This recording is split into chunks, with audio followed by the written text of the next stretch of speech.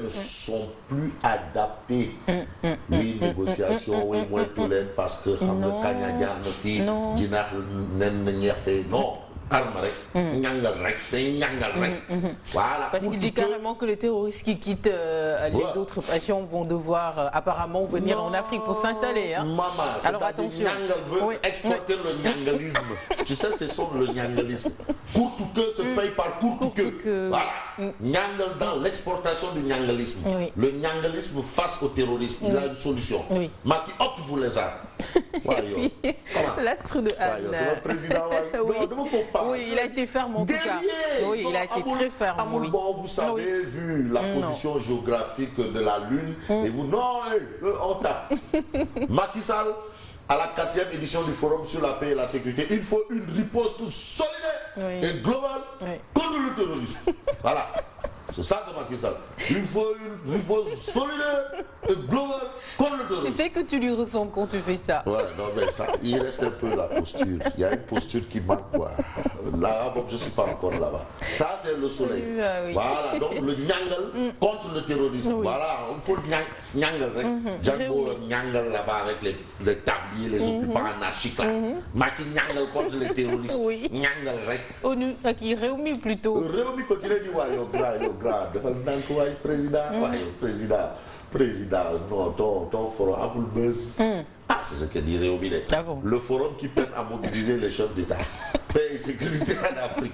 Le forum qui peine à mobiliser les chefs d'État. Président, Fort Gnassingbé désiste à la dernière minute.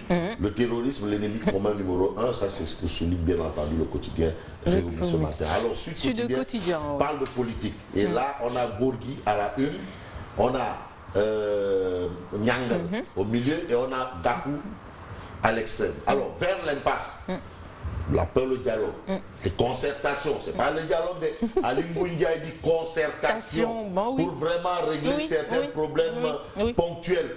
Mais si c'est pour les élections et autres là, c'est là-bas au niveau de la constitutionnel ou bien à la Cour suprême. C'est là-bas on conteste. Lui, il n'est pas là pour dire oui. Vers l'impasse, déjà, on se dit c'est vers l'impasse, c'est ce que titre Sud Quotidien, donc ce sera compliqué, peut-être carabiné. Oui.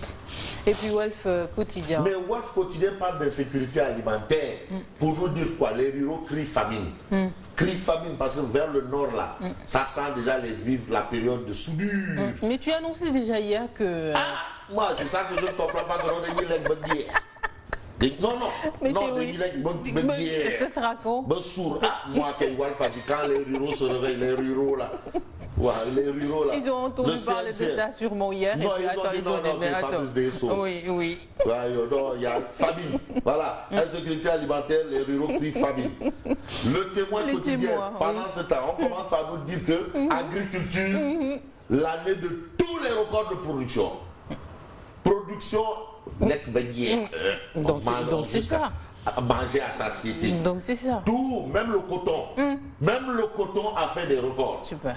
Même le coton. Tu sais, le coton, un clin d'œil, le coton. Même le coton, moi ça. Arachide, perfection.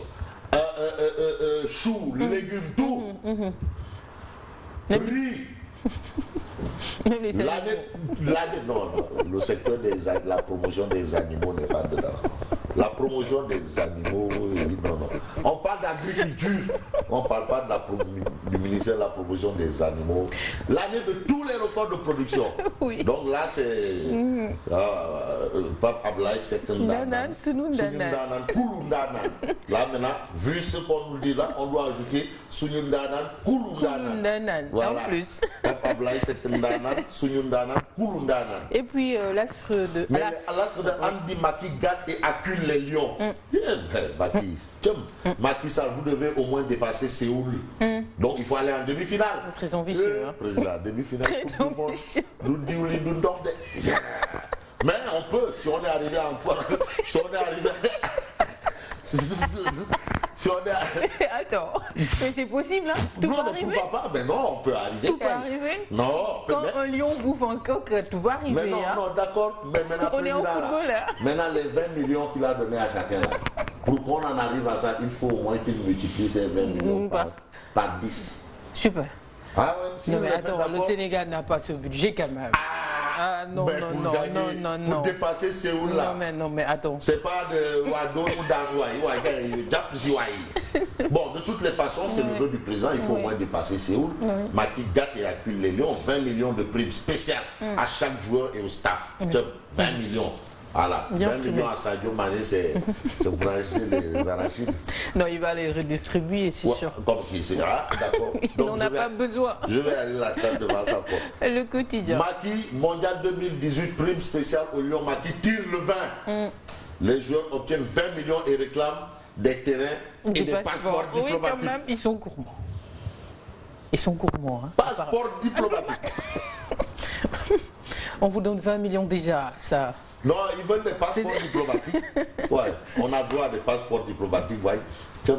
Alors, Vox Populi, et non, souligne de Macky fixe la coupe d'abord. Ouais, ben, d'accord, on va donner des passeports qui nous ramènent la Coupe du Monde.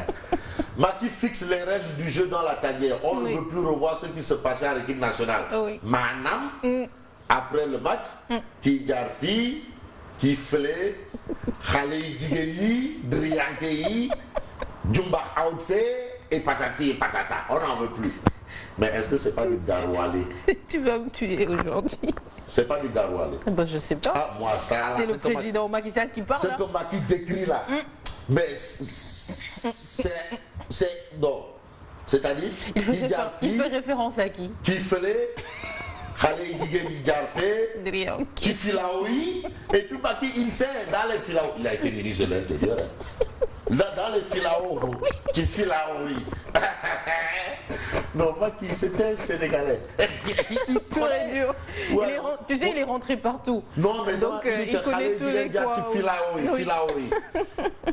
Il connaît tous les coins. Tifilaoui, parce que les filaos là. C'est pour ça qu'il faut. Non, les filaos. On va y aller avec l'Obs. On termine avec l'Obs qui donne une information. Modulo cité dans un cambriolage. Ça, ce serait difficile à croire. Le lutteur a été auditionné par la brigade de la foi. Morphal alias Axe déféré, Yaram Gay, Sabassi et Modouba en cavale. Ça, c'est ce qu'indique bien entendu l'observateur. Il est question de vol avec effraction dans un magasin de Petit Cola à Ouest Foire. Petit Cola. Ainsi prend faire cette revue des... Qu'est-ce qu'il va faire avec les petits colas? Ah, ben, comme il y a des lions là, des Djati Filaoui, Khalei Djigéi Djumba Outfait, Driankeyi. On aura besoin de ça alors. Non, mais le président. Non, président, vraiment. Mais il sait, les filaos, il y a quoi? Qu'est-ce qu'il y a là-dedans? Qu'est-ce qui se passe? Mais toi, tu sais. Président, il sait, il a été ministre de l'Intérieur. Il connaît les coins. Il sait ce qui se passe dans les filaos. Tiborougué, Khalei Jarfi, Tchepi Tchepifi. Ouais. Tchourpi Tchourpi fait. C'est fini. Et puis il dit c'est fini tout ça. Les Tchourpi Tchourpi fait Tchouboté. Oui. Et les Tchepi Tchepi. Voilà. Des golos. Merci à lui, Fabrice Nguema. Bon, ça n'a rien à voir avec le ministère de la promotion des animaux. Il y a des animaux à visiter. Ah bon. Coucou à qui?